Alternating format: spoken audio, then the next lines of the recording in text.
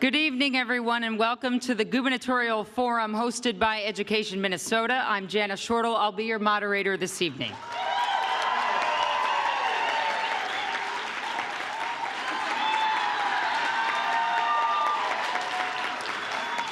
Yeah, it's as good as it's going to get because I'm absolutely unqualified to do this, but it's a pleasure to be here. Tonight, you're going to hear educators from throughout Minnesota pose questions about education and economics to candidates for Minnesota governor. All of these candidates who have filed for the office or publicly declared they would do so were invited to participate tonight. These 8 accepted. The ground rules tonight are very simple. Each candidate will make a 1-minute opening statement and a 2-minute closing statement. We ask candidates to limit their answers to the questions to 30 seconds. That is not a long time, I understand, but candidates may use their closing statement to expand on any topic in a question that you are asked. To the 500 or so people in this audience tonight, please feel free to welcome the candidates and recognize them after their closing statements. That's the end. Our time is limited, and we ask you hold your applause during the question and answer portion of the forum. We will start with Mr. Coleman, then Ms. Liebling, Ms. Murphy, and so on around this arc. You have the floor, Mr. Coleman. Well, thank you very much, and great to see you all. Where else would you rather be on a Friday night than right here in this room? It's exciting to be here. I'm running for governor because I want to be the progressive champion for the values that have made Minnesota great from the very beginning. The work that generations of Minnesotans have been built up to create this wonderful place that we get to call home. And it begins with education. There is no path to Minnesota's future. There is no path to greatness unless we are focused laser-like on education, making sure that every child in the state of Minnesota has the tools and the resources that they need to be successful. But it begins with support for all of you that are in the building every day, working with our children. We need to stop pointing our fingers at teachers and blaming them for the challenges that they face and start pointing the fingers at ourselves and saying, what are we doing to support the work that's happening in the classrooms? When we stand up as a community, when the state of Minnesota stands up on behalf of our teachers, then you will have the support that you need to do the job that you need to do on behalf of all of our children. I want to be the champion that leads that fight with you. Thank you so much. It was a very good job sticking to your time. Do I get extra points if I stay? Absolutely not. Stop talking.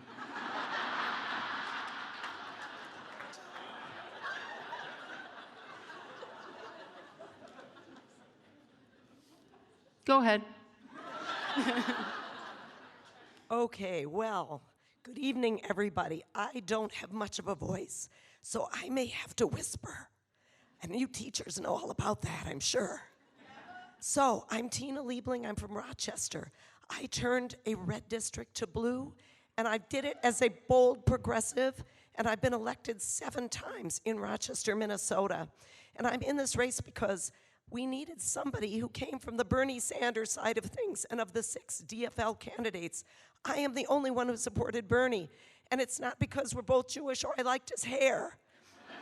It's because I liked his platform. I thought he was talking about the real issues that are affecting people, that the economy is rigged, that people are falling further and further behind. And I think these are the things that we have to be addressing. And we have to be very clear about what we're for. And when we're in office, we have to actually be for the things we say we're for and really fight for those things and fight hard. And then if we have to compromise, we do after we fight. Thank you.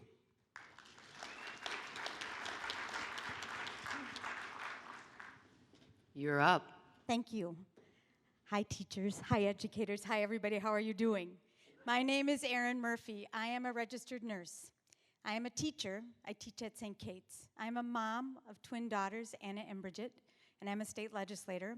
I'm running for governor because I believe in a kind of politics that improves people's lives, and when we use that together, we can build a bright future for everybody in the state of Minnesota. I grew up in a family in southern Wisconsin. My dad built cars for a living. My mom, when I was old enough to take care of my siblings, went back to work. She worked at the grocery store behind our house. She worked at the canning factory, and she cleaned houses for a living. I came from a working family.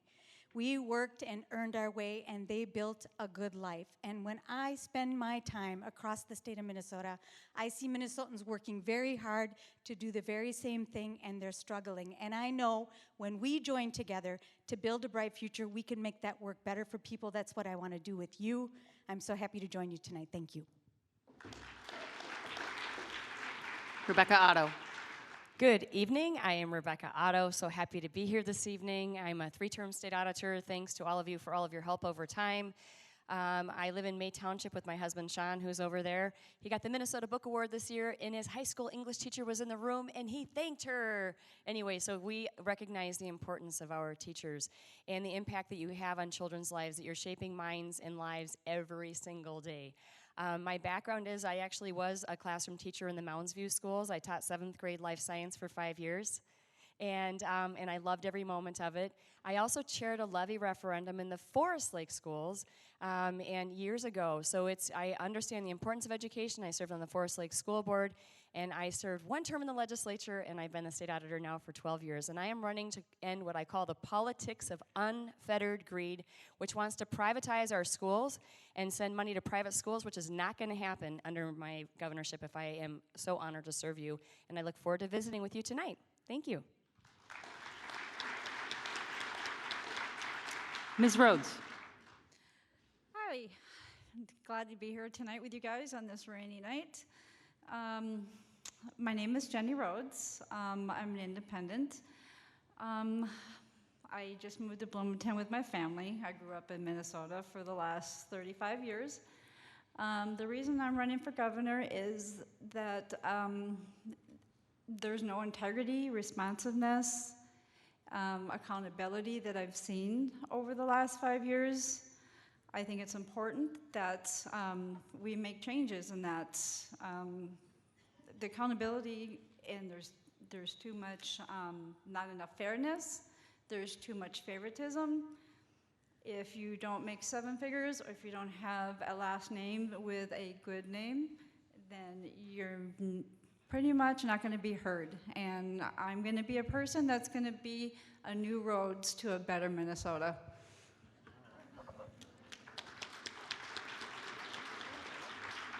Mr. Seymour. Hello, union people. If you are in the union, make some noise. I made some noise because I am part of this union. I'm a union steward at Jenny Lind Elementary, Minneapolis Public Schools.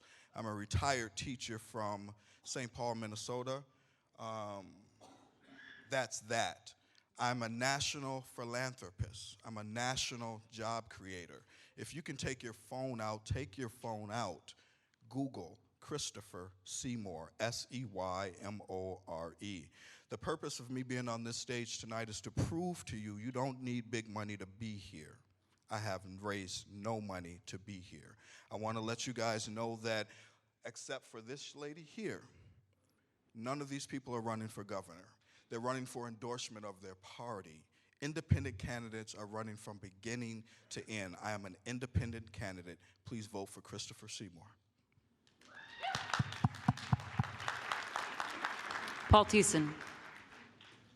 I was up in Mora, Minnesota this spring, and I met a woman who came to me with tears in her eyes because she had 2 high school students, and they had just raised fees for activities in the district, and she had to choose which of her kids were going to be able to participate in an after-school activity. That should outrage every single person in this room. That's what we have to get after in this state.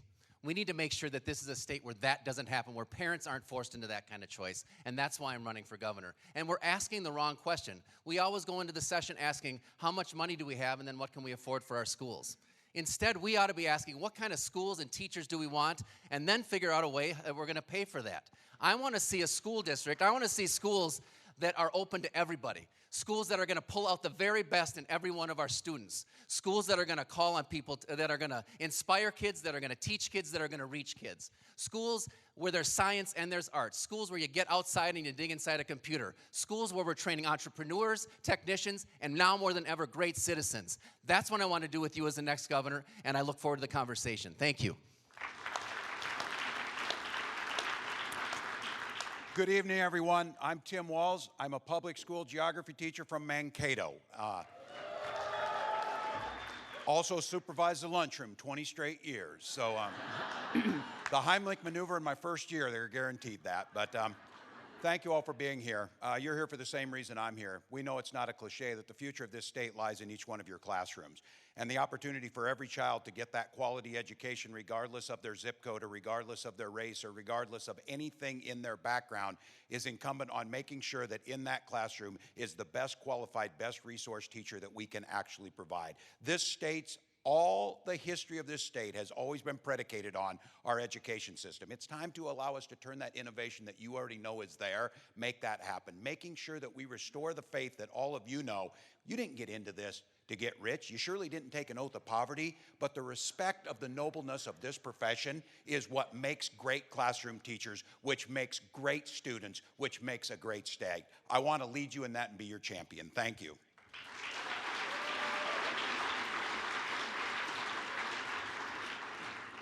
Boy, a year of running, you guys are seasoned pros on the clock. I dig it.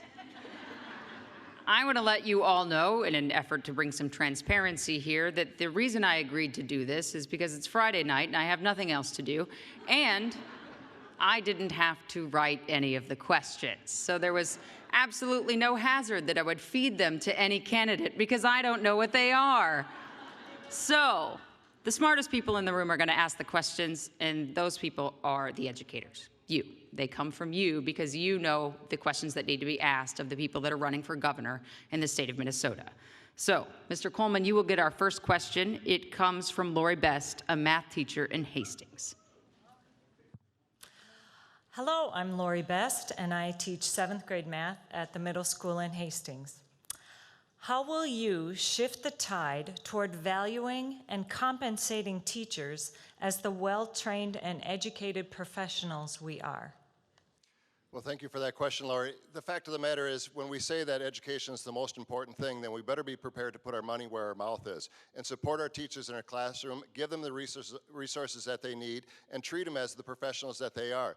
That means not dumbing down licensure standards. That means not leaving them behind to pull out money out of their own pocket in order to support the kids in their classroom, and actually investing in our buildings and making sure we're equalizing education so that the outcomes are not determined by your geography, by your nation of origin, or by your race. That is the vision for the state of Minnesota that we have to have. Well, one thing we sure shouldn't do is reduce our standards for licensing teachers. I had 3 kids who went through the public schools, and I was glad that they had fully qualified good teachers in those classrooms. That's really important.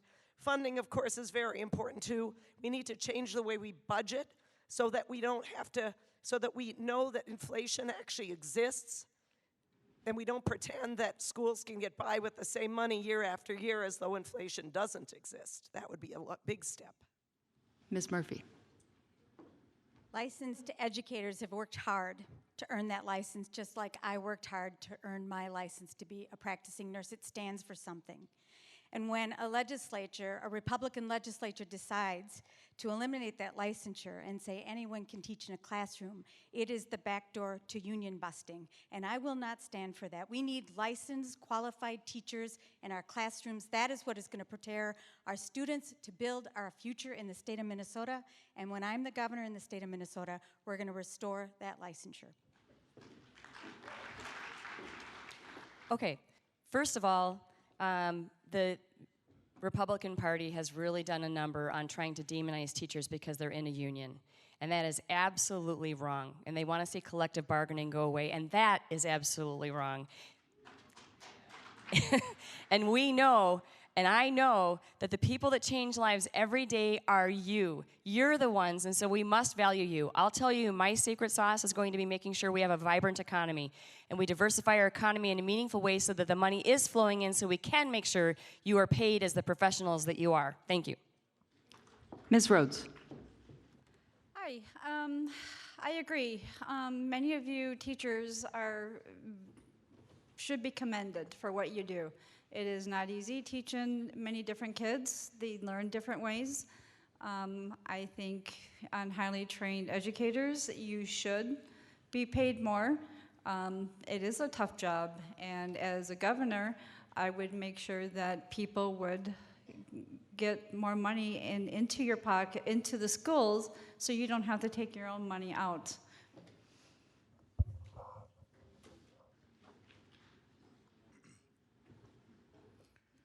As the next governor of the state of Minnesota, I will be there. Case in point, most of us, if you're an ESP, a EA, in those job titles, you know like I know, your contract has not been filled yet.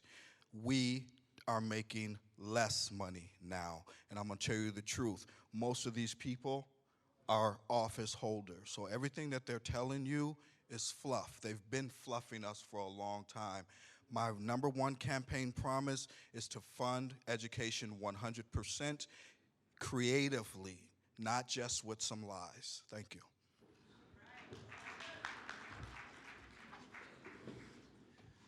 Well, there's two things that I think we have to do on this. The first is we need to make teaching an economically sustainable profession, especially for new teachers. The fact of the matter is people are coming out with lots of debt. They have childcare costs that they might be looking at. They're looking at their retirement, and they're not making the wages that's going to make that happen. The second thing we have to do is we have to understand that education policy ought to be made by the people sitting in this room, by teachers and by parents, instead of by bureaucrats and by politicians. I'm going to have you at the table as we're making education policy decisions, because then we're going to get to the right place. I hold that license that you have, and what I know is it's not just about content, it's the art and science of being able to deliver this. My wife's a teacher in District 77. Paul's right about this issue. We need to incentivize young people to want to choose this profession. We can't expect them to carry debt into this, and we can't expect elected officials to always make the punching bag of our schools. But I can tell you what, it's not us up here who will do this. You know who the most trusted people and who trusts you are those parents of those students in your classroom. We need to make the case. You know what the union looks like? It's Miss Courier, who had my 4th grade son in her class knowing that's what the union looks like. We need to make that case.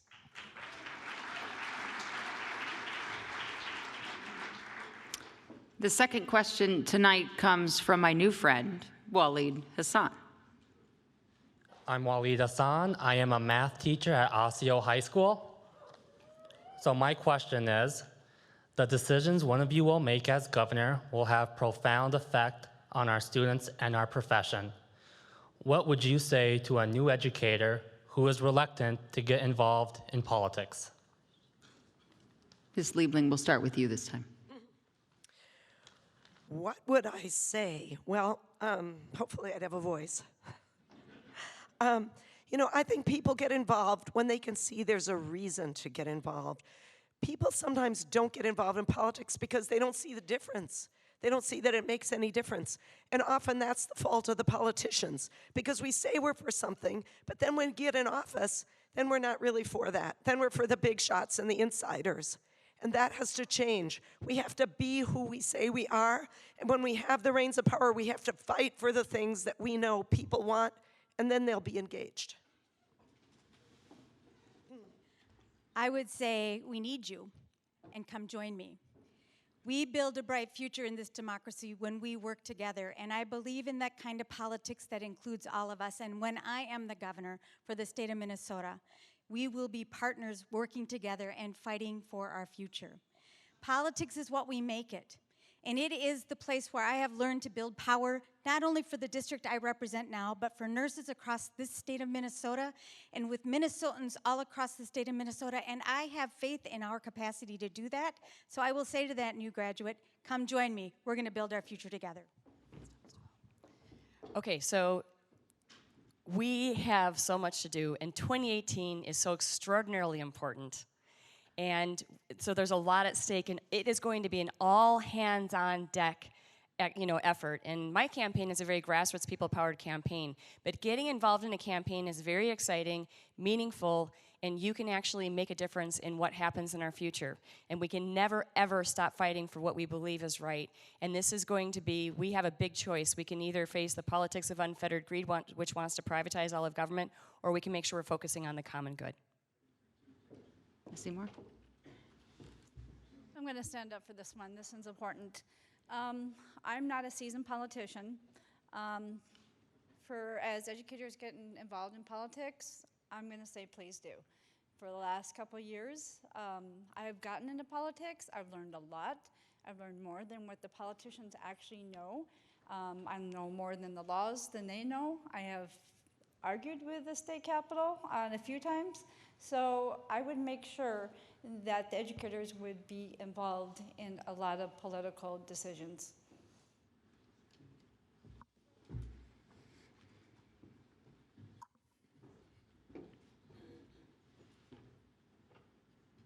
Right now at home, millennials are watching this on Facebook.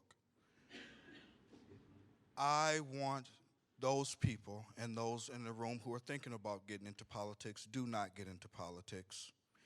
Politics is not governing. That's one of my hashtags. It's one of my slogans. Governing is doing the right thing by the people. Politics is a science of how to control our capitalism. It's not governing. I will tell them, govern with me. Vote for Chris Seymour, 2018. Mr. Thiessen. One thing we can do is make sure that educators actually have a genuine, an authentic seat at the table. A second thing we can do is make sure that our government is actually transparent to people, something I've been fighting for a long time, to make sure we don't have 100-page bills that we vote on without reading them, to make sure the public has a voice and can get inside and it's not just special interest driving it. I've pledged as the next governor that any bill that comes to me, even if I agree with it, if it doesn't go through some common sense transparency and accountability, I will veto it, because we need to be better than that. And the last thing we need to do, we need to govern with people. The only success I've seen, marriage equality, raising the minimum wage, all of those things only happen because we govern with people and not for people. That's what I pledge to you.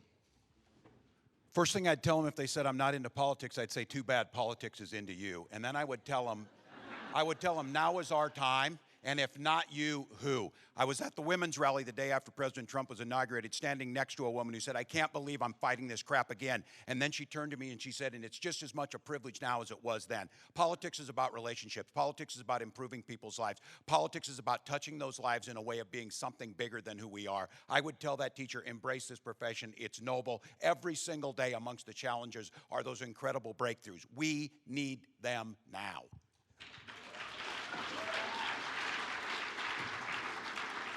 Ms. Murphy, we're going to start the third question with you. Go ahead, Val. I'm just kidding. You know, he's been mayor for like 40 years. We know.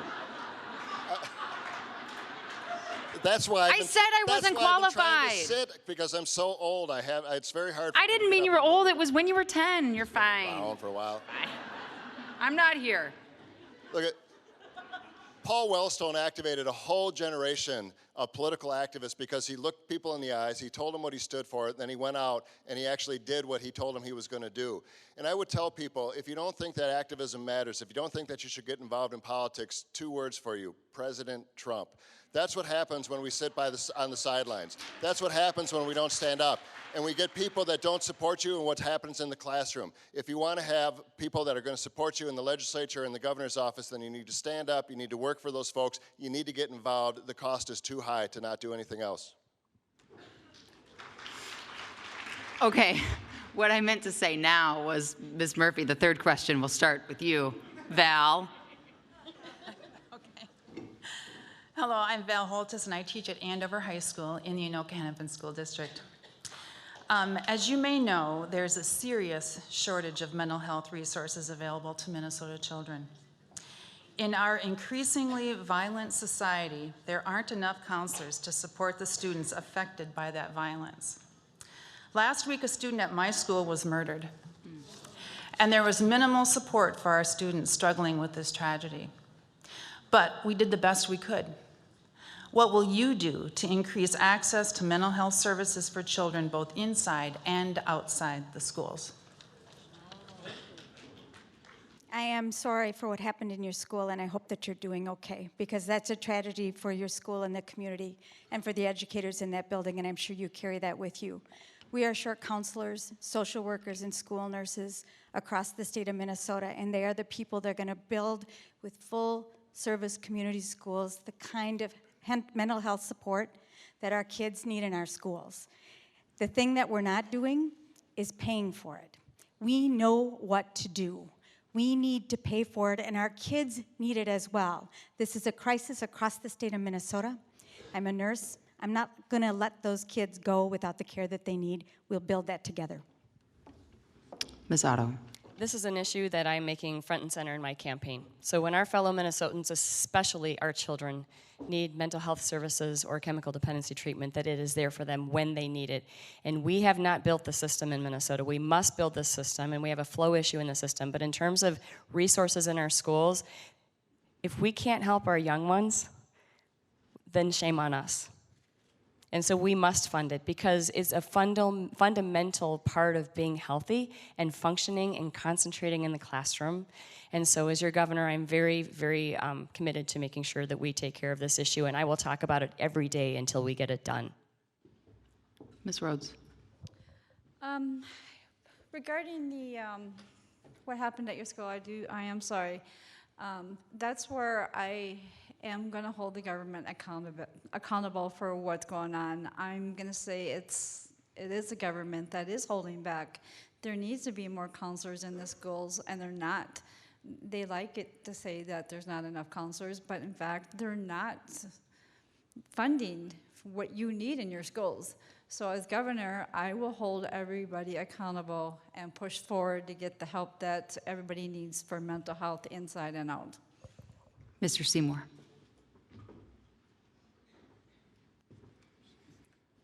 As the next governor of Minnesota, it will be my job to ensure, number one, that education is 100% funded. Number two, once we go down that road, I know about the highly homeless and mobile population.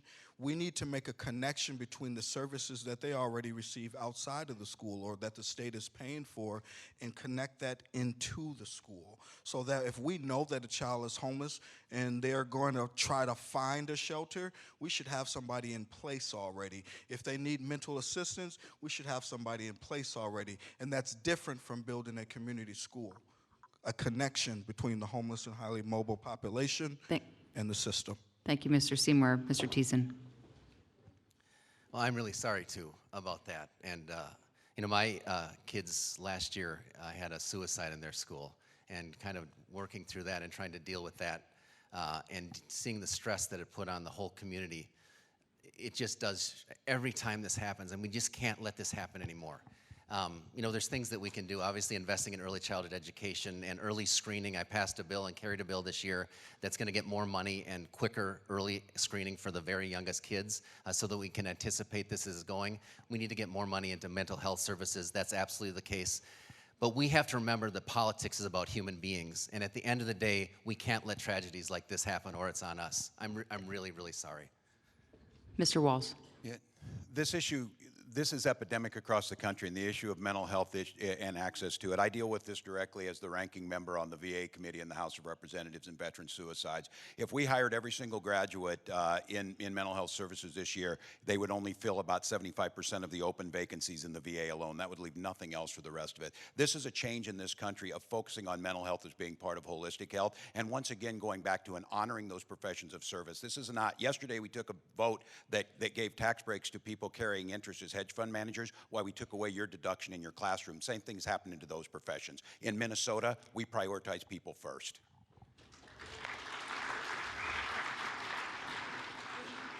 You see the impacts every day in your classroom of children with mental health issues, diagnosed and undiagnosed. There are thousands of children in the St. Paul public school system alone with mental health issues. As Sue Abderholden from NAMI, Minnesota says, we don't have a broken system. We don't have a system at all. The fact of the matter is we are not doing what we need to support our children that have mental health issues, and it's coming out in your classroom, it's coming out in our school buildings, it's coming out in the incident that you referenced. We need to build that system. We need to support it. We need to have professionals in the classroom that assist you in tackling this problem. We need to build that system in Minnesota. Ms. Liebling. So I'm going to stand up even though I think I might be shorter standing up. So this is why we need a single-payer healthcare system, right? Because insurance companies and whether somebody's got insurance should never determine this. Mental health is just as much health as physical health. We do have school-linked mental health grants now, and I think they're working very well. We really need to expand that because parents are struggling. They don't always have the ability or the time to take their child out of school and leave work and find those resources. So that's where we need to go. Ms. Otto, we're going to start, or not you, I'm just kidding. 1, 2, yes, I am. I'm still here. It's fine. I've had 2 waters.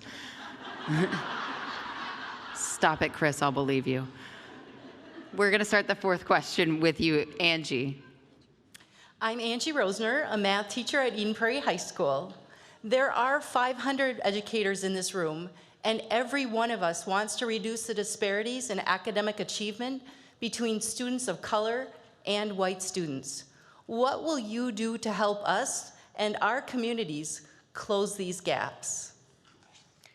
Thank you for the question. And you know, the one thing I do know, having got a master's of education at the University of Minnesota, is that the earlier we can get to our children, the better. And the earlier interventions that we can get, the better in terms of those early childhood interventions. So finding our children at risk and also supporting you in the classroom. The other thing is the University of Minnesota is an extraordinary research institution. And we know, we need to do more to leverage and to maybe bring them into the classroom to support you guys, because you have a lot of work on your hands. And if your class size goes up, depending on the class makeup, I taught 7th grade. 2/3 of my kids were middle income to upper, and then 1/3 were lower income and transient. And it really makes a difference. So we must make sure that we are doing all we can to make sure all of our children are succeeding in our schools. Ms. Rhodes. Yes, that's where I speak with equality. Every child should be treated the same, have the same training or same learning, same education, everything available to them. I see a lot where there's other kids that don't receive what the more wealthier people get, and it's wrong. Every child should have the same as every child around, and I have donated myself for do charity work just to give everybody the same availability. Mr. Seymour. This is what I live for. Again, take your phone out and Google Christopher Seymour, S-E-Y-M-O-R-E. Decreasing poverty and closing gaps is what I do across the United States of America. I was taught at home, charity starts at home, love starts at home. This is my home state of Minnesota, and I'm going to do just that. My campaign promise number 4 is I promise to decrease child poverty statistics in the state of Minnesota. We all know that the gaps in Minnesota are horrible. And these people on this stage have been working through those gaps for years. If you trust them, we have a bigger problem than you know. Mr. Thiessen. Well, the first is we actually have to make our communities and our families stronger. We need to invest in housing. We need to make sure that there's good transportation, that there's good nutrition for our kids. Those are the things that wrap around and make education work. The second thing we do, we have to invest in early childhood education, especially those first 1,000 days when we know the most brain development happens and we can get the best start on life. And at the end of the day, we also need to get great teachers, including teachers of color, in front of our kids. You know, teachers of color are great. Thank you. Teachers of color are leaving the profession at 2 times the rate of the rest of the profession. We need to get after that by empowering their voices in the education decisions that we make. Mr. Walls. I do agree with Paul. It is about that. It's good public, high-quality preschool. It's making sure those wraparound services there so those families have the things taken care of. And he's right, getting teachers of color and indigenous folks into the classroom, making sure that our education is culturally appropriate. But I think the biggest thing on this issue you talk about, we all know about this opportunity gap of children of color. If we continue to call it an opportunity gap of children of color, then we don't all own it. It is an opportunity gap of all of Minnesota. We all own this, and all of us have a responsibility to close it. That's what we'll do. The persistent gaps between the white community and communities of color is a cancer that will kill the future of the state of Minnesota if we don't resolve this issue. The fact of the matter is we need a 2-generation approach. We need to support not only the children in the classroom, support them in early childhood education, but we need to support families. We need to make sure that they have stable housing, that they have jobs, that they're addressing the issues that might destabilize the opportunity for that child to learn. And it's the only way we can do it. We need to expand learning opportunities after school and during the course of the summer. Freedom Schools is one of the things that we've used in the city of St. Paul to extend the learning throughout the summer. It has arrested summer learning loss in the children that attend it. That's just one of many things that we can do. So this is a hard question, and I agree with a lot of what I've heard here. We are all in this together, and Minnesotans have to understand this is not a matter of charity. This is a matter of self-interest. So I think we need to focus a lot more on the very earliest children, the very youngest children, because parenting is hard. You all know that. Even if you have the best of conditions, it's very hard. We need to all put our arms around our parents, our young parents, and give them the assistance they need through things like home visiting, early childhood, and those kinds of things. So when they get to school, they're ready to learn. Every Minnesota child is owed a high-quality public education in strong public schools. It is fundamental to the future of the state of Minnesota. We're going to enact, when I'm the governor, mini-K, pre-K in our public schools with licensed teachers. We're going to continue to advance the idea of full-service community schools because we know the pilot works and we know we reach to families.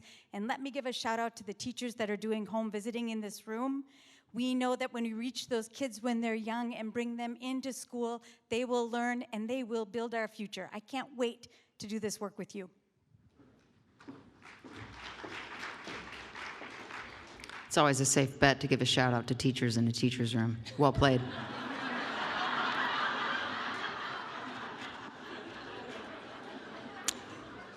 Ms. Rose, we're going to start the fifth question with you, and that question is coming to us from Annette. She's a teacher in Robbinsdale. Annette, you have the floor.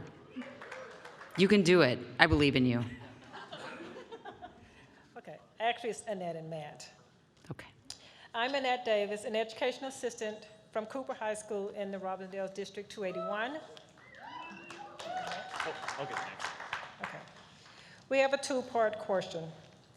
In a simple yes or no answer, will you protect the freedom of educators and other working people to join a union and collectively bargain?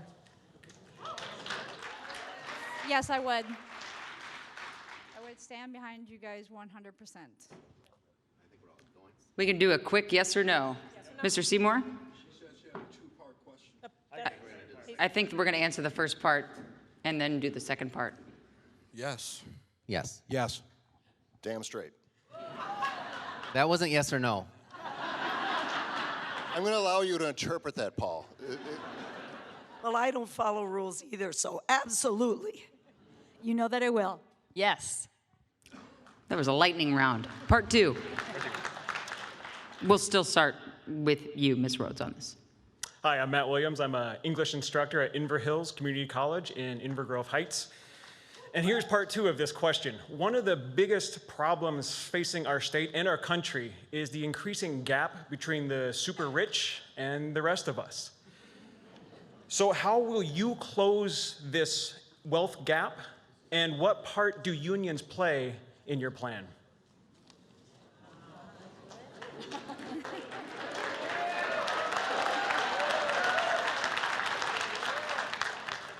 Unions are huge, and as for the gap, I have 6 children. All went to school, and 2 of them I didn't send to pre-K or kindergarten, which is the best decision I've ever made.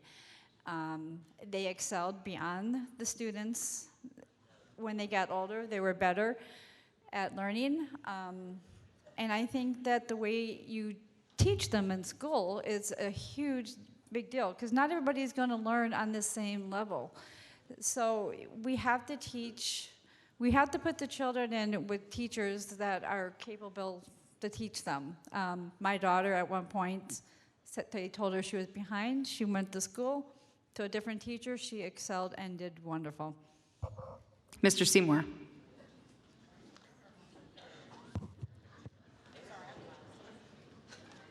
I'm going to read this to you.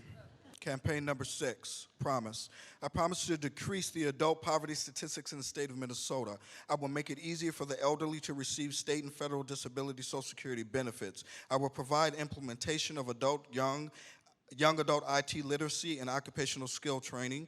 I will enforce educational rights for students, teachers, and parents. I will ensure advocacy for U.S. veterans and to receive their state disabilities and federal. I will eliminate the known and well-documented racial and gender and equity gaps in the state of Minnesota.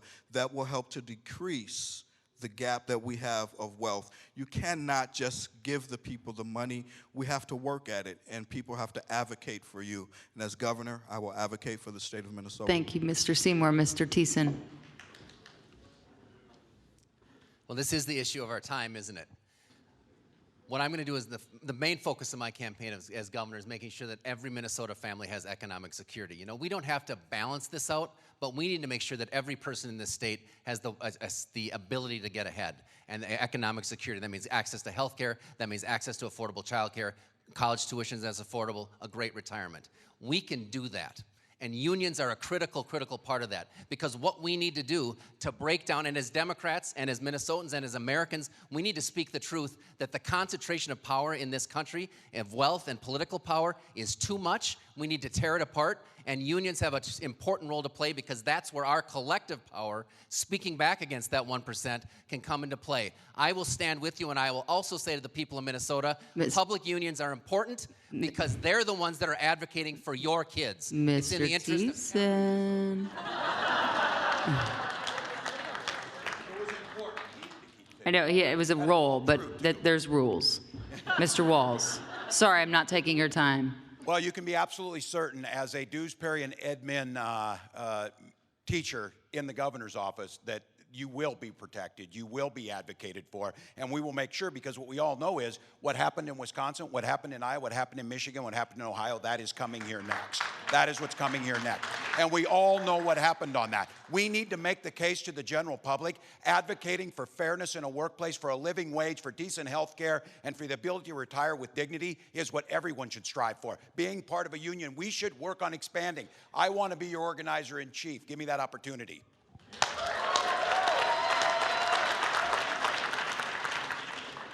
As a public defender in Hennepin County, I was a member of ASME, and I knew I wasn't going to get rich in that job, but I knew that I would be able to raise a family because the union that had stood up and supported working wages for all members of that union.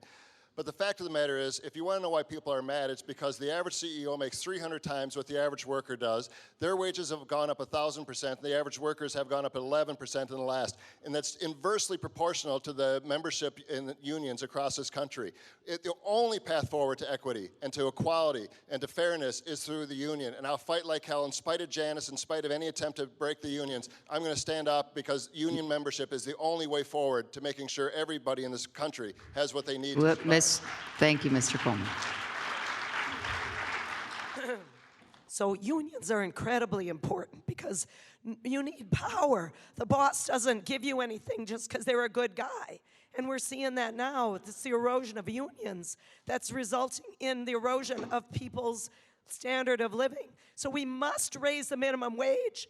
$15 an hour right now is really barely enough to get by and have a basic needs budget. So we need that. We need rights for people like sick leave, like family leave. Those are really important things. We need free tuition in college, and we need single-payer health care. Ms. Murphy. Before I was elected, I led the Minnesota Nurses Association, a professional union for registered nurses, much like your professional union is for educators. We know people like the Koch brothers are coming after our unions because we are powerful when we stand together, and we have to continue to stand together. I have more ambition for the state of Minnesota than not being Wisconsin.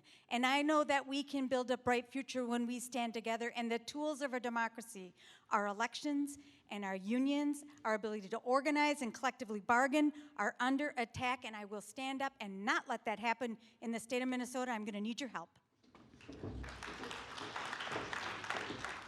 So 30 seconds, RebeccaOtto.com. On my website, there's the Renew Minnesota plan. I have 3 main pieces, and they involve the unions. So I have my Minnesota-powered plan that's going to generate between 70,000 and 250,000 good-paying jobs statewide, and it's union workers. I have my Healthy Minnesota plan. It's a single-payer health care plan, quality guaranteed benefits set. They have to focus on your health. And then my final piece is the 15-5-2 plan, which is $15 an hour in 5 years, plus 2 years in the MnSCU system, tuition free, because we have to make sure that we have equality of opportunity in the state of Minnesota. Thank you. You got all 3 in there. You got all 3. All right, we are going to start with Mr. Seymour for the next question. It comes to us from North Branch. Hi. My name is Roberta Backus, and I am a proud school counselor at North Branch Area Middle School. I am not the most usual student debt story. I am an educator who went back to college to further my career. But even now, without government help, I could not pay my student loan debt and my mortgage. It's even more serious for newer educators. What will you do to help people like all of us?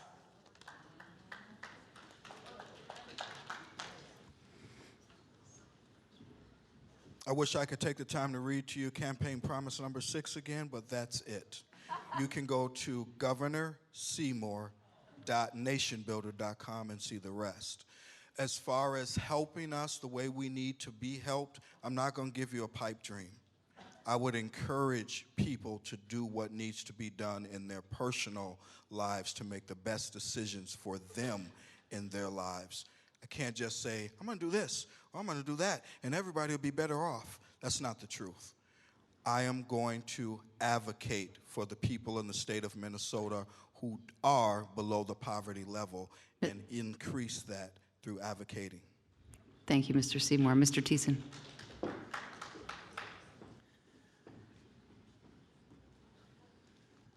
Well, this is a crisis in our state and in our country, not just for teachers, but for everybody. But if we really want to keep those new educators in our profession, we need to get after this. It's holding people back. There are absolutely things we can do. We can expand our refinancing program so people can refinance their debt at a more affordable level. We can make sure that teachers are getting the kind of grants and help of loan forgiveness. And we can set a standard that says you're not going to have to pay more than a certain percentage of your income for more than 10 years in this state, because it's a public good for people to get a higher education as well as a private good. And if we come back to that principle and that value, we're going to make a difference on this. Mr. Walz. Yeah, this is what's holding us back. This is what people are choosing. I talk to students all the time who they don't go into teaching because of this, or they can't choose the profession they want to. We need to make sure on the front end that we're finding out what the cost of education is, making sure we contain it, people know where it's at. But I did this in the VA when we had a shortage of VA physicians and nurses. We were able to make sure we had loan forgiveness and put them in. The governor of Minnesota is allowed and able to do that. We can start making the case to the general public. If you choose to go into teaching, we're going to make sure that you're able to do that. And the public knows what those quality educators mean. We have the capacity to do that. It's the will that's lacking. The governor's job is to build the capacity amongst the state to agree to do this, and I'll do that. Mr. Coleman. Well, look at this as personal. I have 2 children that just graduated from college, and one is now starting law school. They're going to be buried under a mountain of debt, as are Connie and I, who also had to help support their tuition. But the fact of the matter is we need to do a couple things. For those of that have already incurred debt, we should create programs so that if they go into public service, if they teach, that loan can be forgiven over a course of time. Second of all, let's expand options for high school credits or for college credits in the schools. Let's expand IB and AP programs so that kids don't have to have all 4 years of college that they're paying a lot of money out of their pocket. And we got to continue to expand opportunities for our children to career pathways through union mentorship. Yeah, I know. I didn't know you could do that. I can.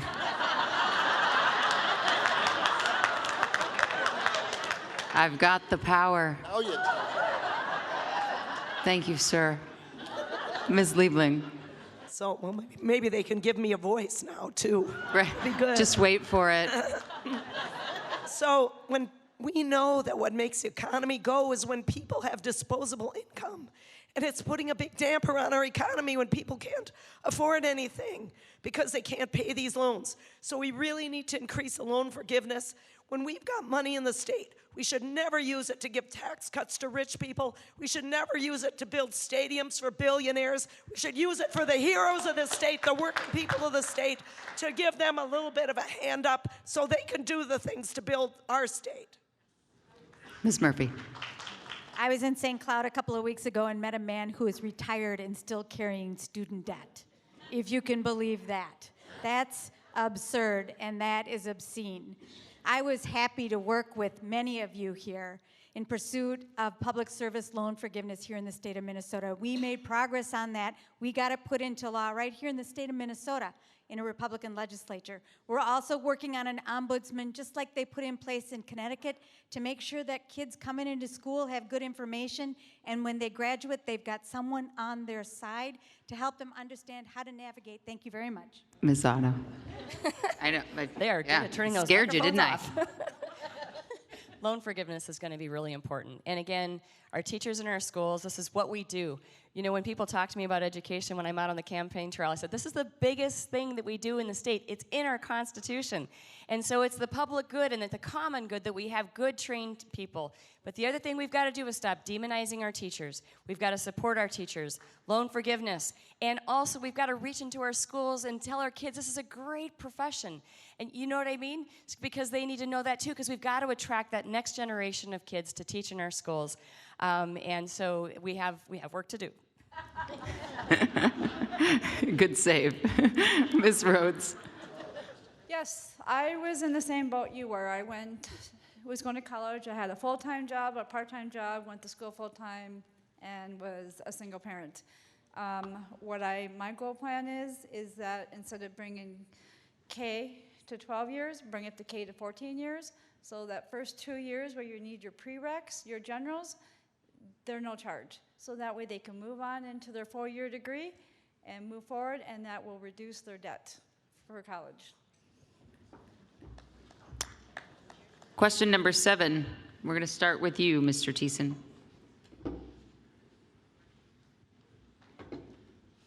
Good evening. I'm Riley Rohde, an education support professional in Martin County down in southern Minnesota.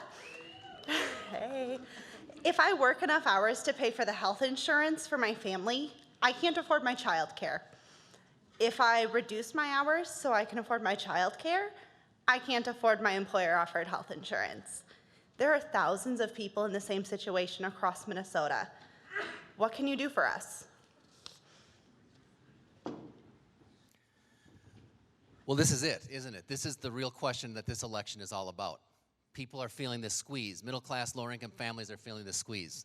There are absolutely things we can do. We can go to a single-payer healthcare system, first of all, to bring down the costs, but we also need to reform how we deliver care so that those mental health services and other support services are working in collaboration with doctors and nurses to make sure that you get the right care. And on child care costs, the number 2 issue I hear across the state of Minnesota is the lack of affordable or the lack of any child care in this state. We need to make an investment to make that happen, and we can do it. Middle-class families shouldn't be facing that squeeze, and if I'm governor, they won't. Mr. Walz. Healthcare is a basic human right. I'm proud I voted for the ACA, and I voted 71 times to protect it, to expand that. It didn't cover everyone. We all know that if you do not have security of healthcare, most of the rest of the things don't matter. Here in Minnesota, we have a good system. We can make sure you have the ability to buy into Minnesota Care. We can make sure we're continuing to invest. We can make sure on that front end, and Paul is right about this, we don't know what the cost of things are, demanding transparency in this. And let's have a conversation in this state when our biggest medical institution is talking about prioritizing people who pay over prioritizing people on Medicare. That is wrong, and as governor, we'll make sure we prioritize people first. Mr. Coleman. This issue is getting a little personal for me because in about 6 weeks I'm out of a job, and if I got to go on a COBRA system, it's going to be $2,400 out of my pocket to cover Connie and my son and myself. The fact of the matter is, across the state of Minnesota, people are struggling exactly like this. I talked to a farmer down in Goodhue County. He said the number one thing that he spends money on his farm is his health insurance, $34,000 a year. Plus, he said, he looked down the road, he said, if my house was over there, if my farm was on the other side of that road, it would be $10,000 less. Our health care system is broken. It needs to be brought up from the beginning. Whether we can get to a single payer would be great, but we got more talk. Yeah. Ms. Liebling. So we need to make sure that government levels the playing field for ordinary people. So it's not just bringing your voice to the Capitol, it's having your interests in exactly what you're talking about. All of these issues that these folks have been saying that take money out of your pocket. We need to figure out a way to deal with health care, to have free tuition so that students don't have to go into debt and they can get the jobs they need, to raise the minimum wage. You know, there's a study right now that tells you how bad it really is. People at the center of our government. Ms. Murphy. I'm a single-payer healthcare supporter, and I've got an idea of using Minnesota Care, and I want to use the same principle that we did when we together passed HITA, the Health Insurance Transparency Act. That has driven down costs for school employees across the state of Minnesota because we used a public option in the competitive bidding process. And when we use Minnesota Care as a public option for the people of Minnesota, it will also compete with the commercial market. And when we contract directly with the providers, we're going to get providers and patients in charge of their health care again. We can do this. Ms. Otto.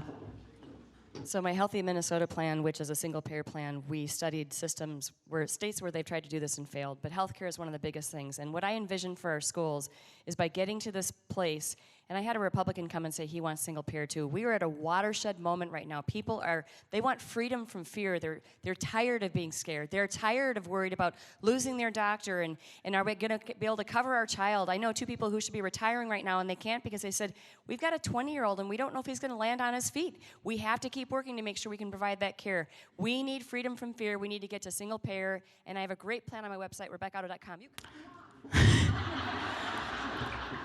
I knew you were going website and dip that thing down. Ms. Rhodes. I believe in bringing back Minnesota Care back in the day when people could afford it. They went by your income. But people are forgetting, what about dental? Let's expand dental into medical. Dental is a huge part, and if you don't have proper dental, your health is going to go down the tubes. People have heart conditions, medicine causes their teeth to go bad. Let's expand dental into the health care and lower the rates for health care across the board for all Minnesotans. This is a tough question. Very tough question. My youngest son is in this room today. He was premature. My other baby was premature too. We had 4 children. I was on Minnesota Care and still couldn't afford that little premium because our income was so low. You know, so everything is relative. So single payer, I will support and fight for. But I am formulating a 16-year investment plan into Minnesota. So all the stuff they fight about as Republicans and Democrats, that's to the side for me. We're going to look for extra creative billions of dollars for all these shortfalls that we have to get Minnesota into a better predicament. We are in a state of emergency. I was working ahead. I'm so sorry. I'm trying to figure out what was going on. Mr. Thiessen, we're gonna go to Mr. Walz. Yes. So the reason why is, I think I messed this up. So this should be our final question for our candidates tonight. Anna, ready? Yeah. Okay. Hi, I'm Anna. I am a proud student studying to be a teacher at the University of Minnesota Twin Cities.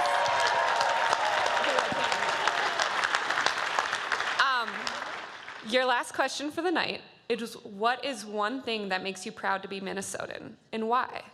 And then how will that pride grow as you govern? This is a state that values all its citizens. When my wife and I were young teachers, and I had started teaching 4th grade at Pine Ridge, and then taught in the People's Republic of China, I moved back to western Nebraska, and I met this beautiful young English teacher who I think I fell in love because she would say where she was from, Minneapolis, Minnesota. And we as 2 young teachers getting ready to start our career, when we looked, where is the place that values what we do? Where is the place that invests in its people? Where is the place that believes that a brighter tomorrow can be there? And we chose Minnesota, where our children were born, where we started our careers, and where we live. As governor, I'll make sure that every young person has that opportunity.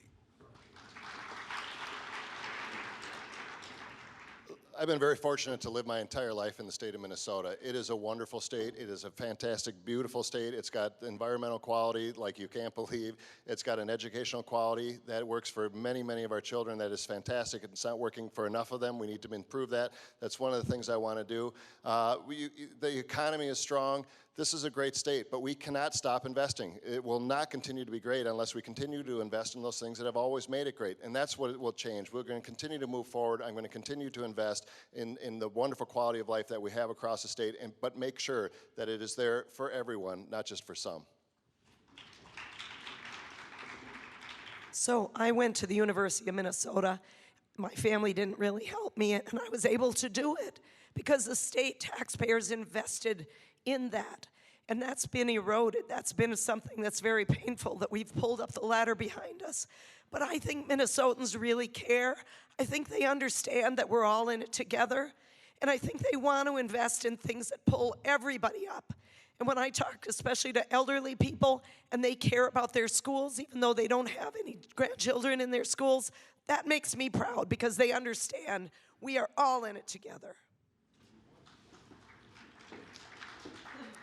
There's a lot to love about Minnesota, but the thing I prize most is the fact that we believe we can solve tough challenges. Over and over again, I have seen it in us when we take something on and we solve it. And I want to do that as your governor. For instance, I think it's time for us to take on testing. We do a lot of testing in our schools, and it means you're not doing the teaching you want to do. Let's move to one standardized test, and let's use your skill, your experience to evaluate our students, to observe our students, and that's how we'll know that they're making the progress they need to do. Ms. Otto. The thing that I take great pride in being a Minnesotan is that we value the common good, that we value each other, we invest in each other, we support each other, that we actually, our intellectual capital and our value of good public schools is one of the things that makes us great and has allowed us to have a vibrant economy. And so, and I wasn't lucky enough to be born here. I was born in Southern California. I found my way here when I was 14 after my father had passed away, and this state changed my life. And I chose to live here. I came to college here, and I've stayed. And I've invested my life here, and that's why I'm running for governor, because I want to continue to make sure that we value the common good. Ms. Rhodes. Well, one thing I like about Minnesota, it's Minnesota's niceness. When I first moved here many years ago, I believe that living in Minnesota is a great thing. You have a lot of opportunities, and under the right leadership and as governor, this state can thrive to be a better state and give everybody the opportunity to have what I have and what everybody deserves. Mr. Seymour. I'm going to ask her to forgive me for laughing when she said Minnesota nice, because Minnesota nice is why I'm running for governor. I live in West Bloomington, Minnesota. Half of our population is women. Half of that half are below poverty. 25%. 25% of the women are below poverty in West Bloomington. That goes for African Americans, that goes for natives, that goes for all people of color, so on and so forth. I want to change that. Like I said before, charity starts at home. Love is charity. And I want to change these things that have blights on our society. Minnesota is not as nice as it seems. Thank you, Mr. Seymour. Mr. Thiessen. Well, I love the fact that we are an incredibly ambitious state, and that if you go around the country, we're always comparing ourselves to everybody else and saying we need to be better. I love that because it drives us to a lot of great things. I also love it because it allows us to do self-examination of where we're not doing well. The fact that we are the second most unequal state in this country should have everybody in this room in the streets. We need to get after that issue more than anything, and until we do that, we can't be the kind of proud Minnesotans we ought to be.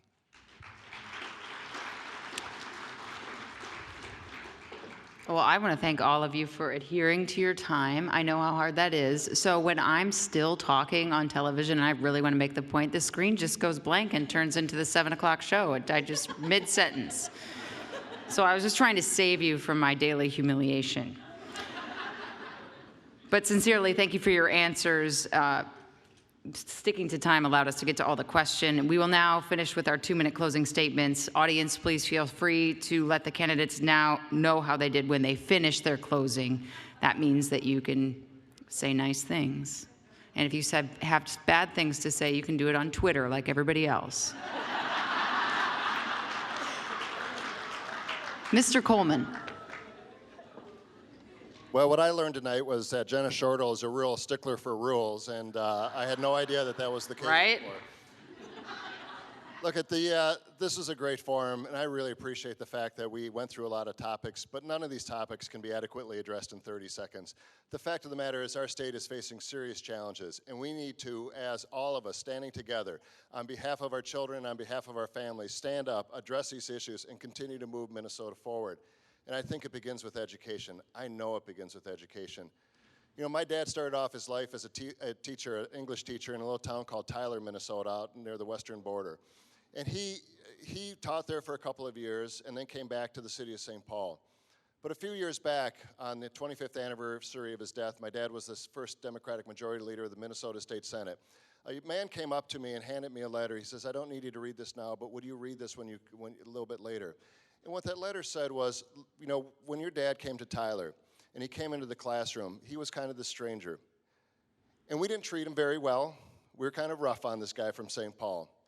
But what your dad did was to change the lives of every student that he taught, to change their perspective and to open their eyes to understand that Tyler, Minnesota was not the end of the world, that Minnesota and the United States was a huge place and there were huge opportunities. And he changed the lives of those students. That's the power of teaching. That's what can happen in our classroom.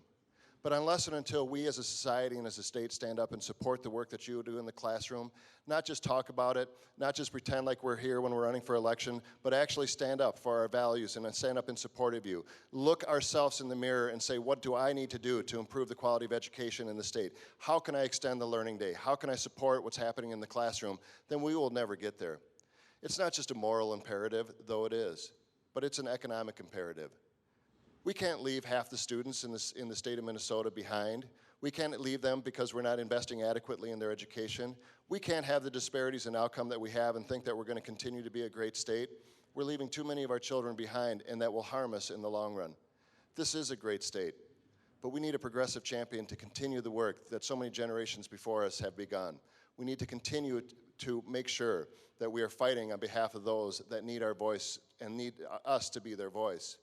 The fact of the matter is, we're going to win in 2018 by looking people in the eye, standing in there and telling them what we believe in and what we're going to do. We're not going to win by being Republican light. We're not going to win by being something that we're not. We're going to stand up and do what Paul Wellstone did and make sure that politics is about the improvement of people's lives. That's what this is about. That's what my life's work has been about. That's what the last 12 years as mayor of the city of St. Paul has been about. It has been about building up, making community work for all, and making our city a great place to live. I want to take that vision, I want to take those values across the state of Minnesota. When we stand up to our progressive values and fight like hell and be a champion for everyone in the state of Minnesota, Minnesota will continue to be the greatest state in the nation. I want to lead that fight. Thank you so much. Thank you, Mr.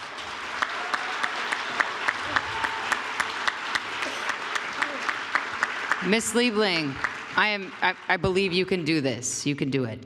You got 2 minutes left in you, I know. Okay, well, first of all, thank you all so much for being here. Okay, maybe not. Can you hear me? Thank you for being here, and thank you for the great work that you do for our kids every day. So I'm running because I was inspired by Paul Wellstone when I first ran in 2002, and I lost that year when his plane went down. 2 things inspired me about Paul.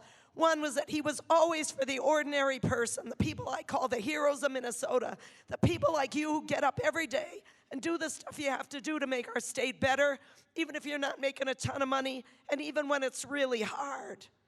Those are the heroes of Minnesota. He was always for those people, not the people who had the lobbyists and the lawyers to represent him. And the second thing is he had political courage. Political courage is a really tough thing. We need a governor who not only puts ordinary people at the center, but who is bold, who cannot be intimidated or bullied. And I am that person. I'm running because we needed a bold progressive in the race, the only one of the Democrats who supported Bernie Sanders, because he was right, the economy is rigged. It's not working for ordinary people. And we need to stand up to those billionaires and millionaires, not give money to Amazon when they dangle some jobs out there. Stand up to them and use our wealth that we have to focus on the ordinary people of the state. That's how we're going to get ahead. So if you're looking for a bold progressive, remember what TINA stands for. There is no alternative. Thank you very much. Ms. Murphy. I am so happy to be with you tonight. Today is the 1-year anniversary of my campaign, and I can't imagine a better place to be than right here with you. I ran 11 years ago after I took care of my mom at the end of her life. I have spent the last 11 years all over the state of Minnesota. I've been in our schools and our clinics and our hospitals. I have been in businesses and in barns and farm fields and in combines. And I have spent a tremendous amount of my time with you in our classrooms. And you have taught me what you do every day, not only to teach those kids in your classroom, and you do it in such a wonderful way, but also what you do every day to build a bright future in the state of Minnesota, and I want to be your partner in that. When I think about that bright future, it means strong public schools for our kids all over the state of Minnesota. It's health care that we can count on. It's investing in infrastructure and the jobs of our future. But I believe in a kind of politics that I learned about at my grandmother's home, the kind that digs into the hard issues. Let's make sure we're tackling climate change. Let us make sure that we recognize the state of Minnesota has racial disparities, structural racism and bias within ourselves, and if we're not tackling that, we are not the Minnesota leaders I believe we are to be. It is time to take on gun violence and sexual harassment, and it is time to recognize that the tools of our democracy are under attack: collective bargaining, our ability to organize, our access to the ballot box, the ability to peacefully protest guaranteed in our Constitution. Those tools are under attack, and if we lose them, my brothers and sisters, I am your sister in labor, if we lose those tools, we lose our capacity to build the future that is ours. I believe in us. I believe and have faith in us, and I know that when we stand together, we can build a bright future for everybody in the state of Minnesota. I want to do that as your partner. My name is Erin Murphy. I hope you'll join me in this campaign. We've got work to do. Thank you. Thank you very much.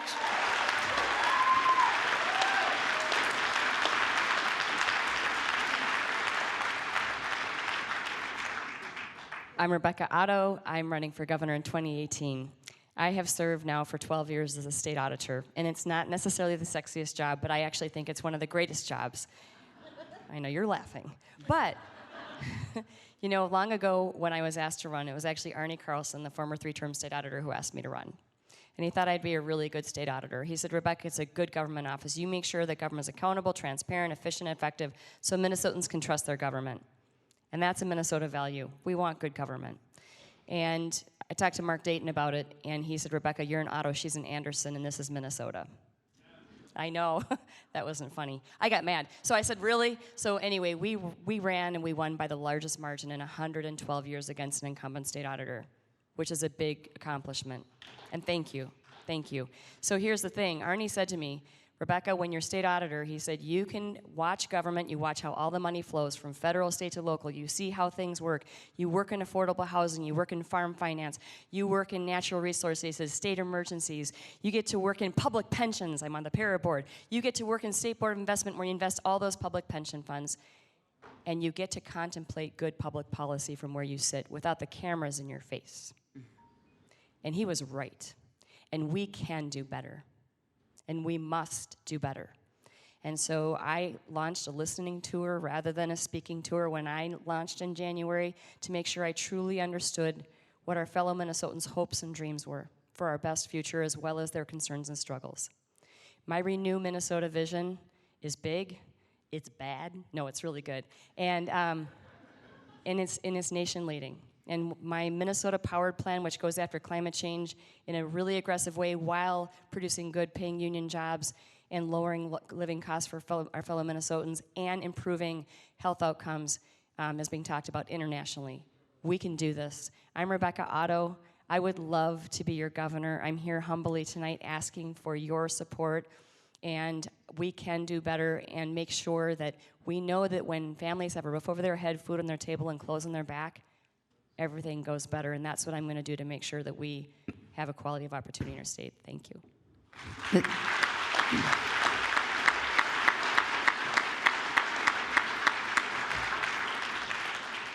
Hi, I'm Jenny Rhodes. As you know, I'm running for governor for 2018, and it's an important thing that I'm running for because I have a passion. Every one of you has a story to tell. My huge issue is integrity, responsiveness, accountability. And one of the reasons why I'm running is that I've been dealing with the legislative for the last few years. And after dealing with reps, state reps, I lost my home. And they said, there's people out there to help you? No, there's not. So I'm stepping up to the plate. And I don't know if you guys were a Barack Obama fan, but I am. And he said on his farewell, If you don't like it, get a notebook and get a pen and go out there and get signatures and make changes for yourself. And that's what I want to do. I am tired of people saying it's a human factor issue. They lay blame on one or the other, and it's the state, the local agencies that are at fault.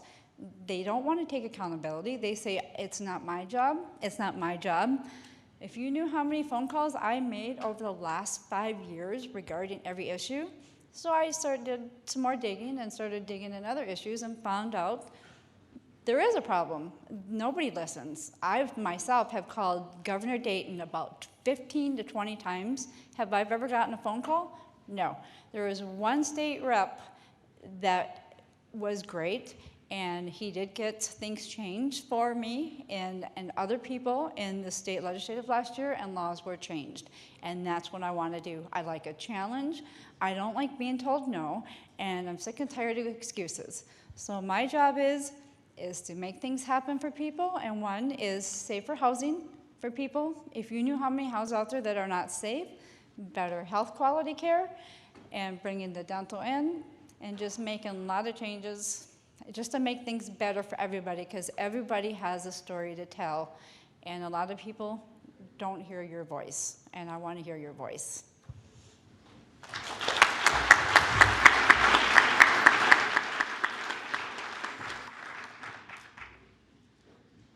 First of all, I want to say thank you.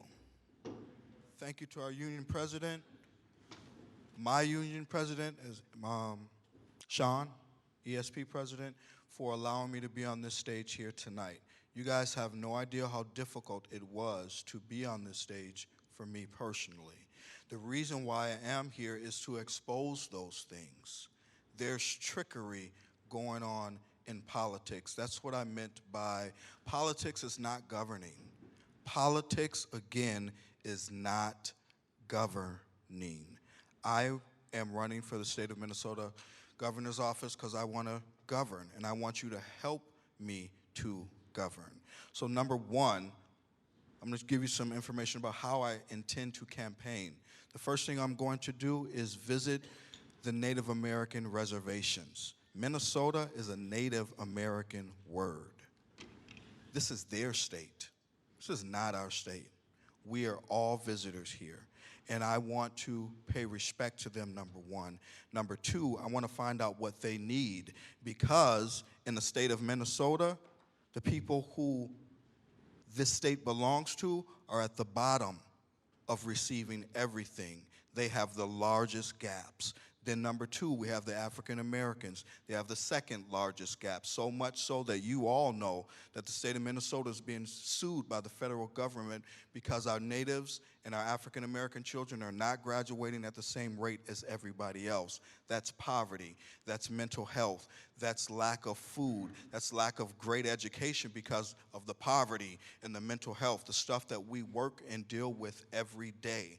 I'm asking you guys, leave the DFL party. Leave them. Go and check my blog. Yes, I said it. Leave the GOP if you're in there too. Check my blog. Christopher Seymour, okay? And in there you'll find the reasons why. And we all know the reasons why. We have a $33 million deficit in Minneapolis alone. These people work for us. What are you going to do? I'm hoping to cause cognitive dissonance, you know the word I'm trying to say, within you, so that you change your mind, change the way things are done. These are pipe dreamers. Thank you, Mr. Seymour. Mr. Thiessen. Well, thank you for having me tonight and for all that you're doing for our students and for being here for your union. My fifth grade teacher was a woman named Ann Stickles. She was my music teacher and also my fifth grade teacher, and she really changed my life. She taught me piano. She got me into the Metropolitan Boy Choir, which let me travel all around the country to sing and see this country. She got me into my first play, and she sat us down on the rug, I remember this very well, and read to us The Lion, the Witch, and the Wardrobe, which inspired me to become the kind of lifetime reader that I am today. That's what teachers can do. She changed my life, and we need teachers in every single classroom in this state and empower teachers in every classroom in this state to do the same thing for every child in this state. That's what we need to accomplish. And I know that this is not true for just me because my mom was a public school teacher, 30 years in the Bloomington and Richfield public schools, retired for 20 years now. She still gets calls, probably once a month, from former students wanting to have coffee or have lunch and tell her how much she affected their lives. We can do this in the state of Minnesota. We can make this a state where education is valued. I'm going to make 3 commitments to you. The first commitment is to make sure that we are making education, especially for our early educators, a sustainable profession. So you don't have to deal with the crunch of childcare and healthcare. And the way we do that is actually to get salaries that can cover those costs. We're going to do that. The second thing we're going to do is we're going to make sure that retirement security is solid. I'm on the Pension Commission. I have been for most of my career. I have fought as hard as anybody in the legislature to make sure that defined benefit pensions are protected and that you're not having to pay too much unfairly for your pensions. What drives me crazy in this debate about pensions is people that say, why do they get pensions when I don't have one? What we should be saying in the state of Minnesota is, why doesn't everybody have a retirement security like you do? That's our basic value. And the third thing I want to say is that we need to ask the question, not how much money do we have and then figure out what we can afford. We need to ask the question, what kind of schools do we want in this state? What kind of teachers do we want in this state? And then let's find the money to do that. And I know that we can do that because when I was Speaker of the House, no matter what Mr. Seymour says, when I was Speaker of the House, we came in with a multi-billion-dollar budget deficit. We owed $2 billion to your schools. We had no budget reserve. We balanced that budget, and we invested $725 million, a record amount, in our schools. We did all-day K. We invested in early childhood education. We froze college tuitions. We can do it. I know we can do it because I've been there and done that, and that's why I want your support in this next election. Thank you so much. Thank you. First of all, thank you to all my friends up here. Put themselves out here for public service. They do need a round of applause, so thank you for that. Education Minnesota, thank you for protecting our profession. Thank you for making us better, and thank you for improving students' lives every day. To each and every one of you, thank you for bringing that extra box of Kleenex that you bring for the kids. Thank you for putting in a little extra money in that account to make sure that every child has that opportunity to have food. Robin, thank you for sending home the 15 sweatshirts and 3 stocking caps my son leaves at school every single week. You're in a noble profession. I didn't plan my life to be governor, but I think my life prepared me well to do that. I watched what happens when a caring society, when my father died when my brother and I were young, and watched what smart investments like Social Security survivor benefits did to give us the opportunity. We were more than willing to pull ourselves up by our bootstraps. We didn't have any boots. They were loaned to us. And I had fabulous public school teachers who gave me the opportunity to achieve the dreams I wanted to. And I had wonderful public education at the higher levels to make sure that I could, again, continue in that profession. Those were the things that provided opportunity. Those are the things that every parent and every person wants for themselves. You're doing that every single day. My running mate, Peggy Flanagan, and I have a saying, and it's about One Minnesota, but it's more than that. It's about the people most impacted by the decisions we make in government must be at the table when we make those decisions, must be part of the decision making. People talk about that, it doesn't happen. And the way we do that is we build coalitions amongst a much broader group of people. We can't view this as a small slice and we just get by. This is about the future of the state and the future of our children, those that you see every day. When I first ran in southern Minnesota for Congress, we had one Democrat in 125 years. And when we ran as a strong union school teacher. We ran on the idea that marriage equality was a basic fundamental right. Healthcare was a human right. The idea that every child should succeed. As governor, we can take this message to every corner of the state. The only thing holding us back is our will. You know the will that's in that classroom. I hope you give me an opportunity to be your governor. Thank you.